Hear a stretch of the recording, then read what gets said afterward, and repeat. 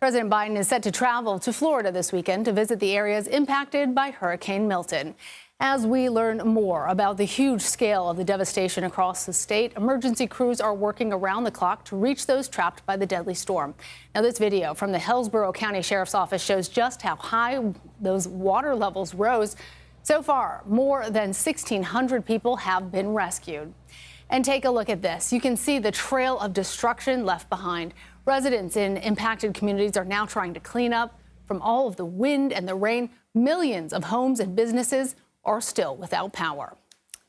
We know at least 16 people were killed. That number, however, is expected to climb. The misinformation surrounding the storm has rapidly spread since Hurricane Milton made landfall. President Biden says these sorts of rhetoric, well, it really all just needs to stop. I think it's a permanent state of being for some extreme people, but I don't think it's what the country's about. We're breaking through with it. We're breaking through with the truth. And if you notice, and I've really been proud, I've been on the phone talking to a lot of Republican mayors and governors. They're standing up saying this is not Joe Biden, but conservative, hardcore Republican governors, hardcore Republican mayors standing up and saying it's got to stop. Well, for more on the federal response to Hurricane Milton, I want to bring in now Deputy Pentagon Press Secretary Sabrina Singh. Deputy Press Secretary Singh, welcome back to the show. So talk to us more about what the Department of Defense is doing in response to Hurricane Milton in Florida and how the department's working with FEMA to really get those boots on the ground in the hardest hit areas. Well, thanks for having me on today. I really appreciate the opportunity. It's important that people know that we do have folks on the ground, our Florida National Guard. We have over 6,000 members of the Guard actively working within the communities that have been hardest hit in Florida. In fact, you're seeing probably imagery of high water vehicles going in where we know there's so much flooding and helping get people out. They're helping with commodities distribution as well. They're helping with logistical support. So our Florida National Guardsmen, they're really knitted in with the community. They are, very well trained and have responded to crises like this before.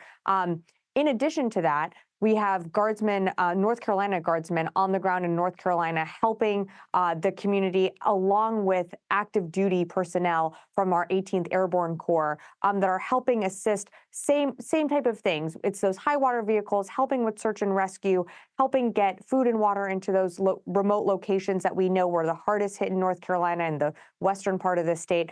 And then also just helping with the logistical support. And the way this works is our National Guard works directly with FEMA and the state, so it's pretty seamless. So we know exactly what communities to get to and which ones are the hardest hit. Well, there's been a lot of misinformation spreading about the administration's response.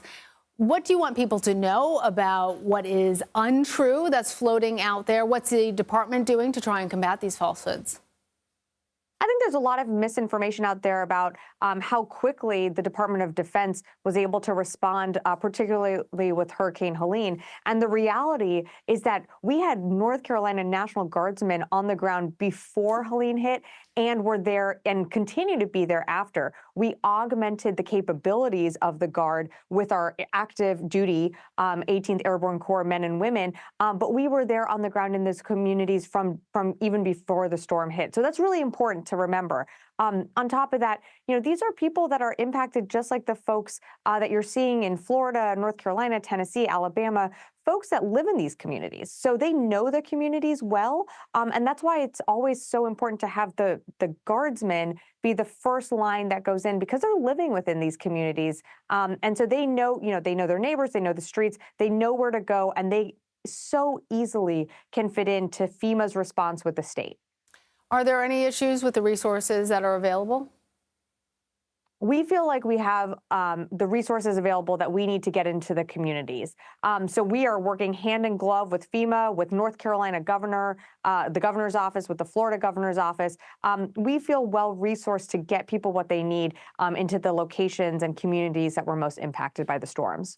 And certainly people appreciate all that folks are doing to try and help. But what are some of these big challenges that first responders are facing?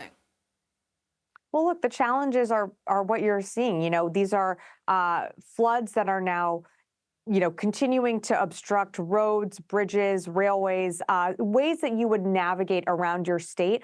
those are the hardest things for, our service members to navigate around. The good thing here is they have the capabilities and the means to do it. So they have those helicopters where they can drop supplies in, they can, continue to do search and rescue missions, by dropping people in, or with those high water vehicles that are able to navigate those very tricky, flooded roads and bridges that we know are frankly isolating communities. And so that's what you're seeing our men and women do on the ground. They're trying to get to those locations. They're trying to make sure that people have the food and water that they need. And then, of course, whether it be, medical attention, medical supplies, they're also helping with those types of distribution as well. Everything that you're saying is so basic and fundamental. Are you surprised that it has become politicized? Sadly, I'm not. But I think it's unfortunate, and it's really dangerous, because what you're doing when it comes to weaponizing information is you are giving people inaccurate information that could ultimately lead to them making a decision that impacts their life or their livelihood. So what we would recommend is checking your official government websites. That is the best place to find information, whether it be Florida, North Carolina, any other state. Check your local government's website, check the FEMA website. Those are where the resources are that you can, help debunk some of the myths flying around. If something doesn't feel right, or if something doesn't exactly seem like it's inherently truthful, it's always good to go to those official government websites to really check it, because inevitably and unfortunately, we know how misinformation can spread just like a virus on social media. So it's really important to check the facts wherever you are. All right. Deputy Pentagon Press Secretary Sabrina Singh, thank you.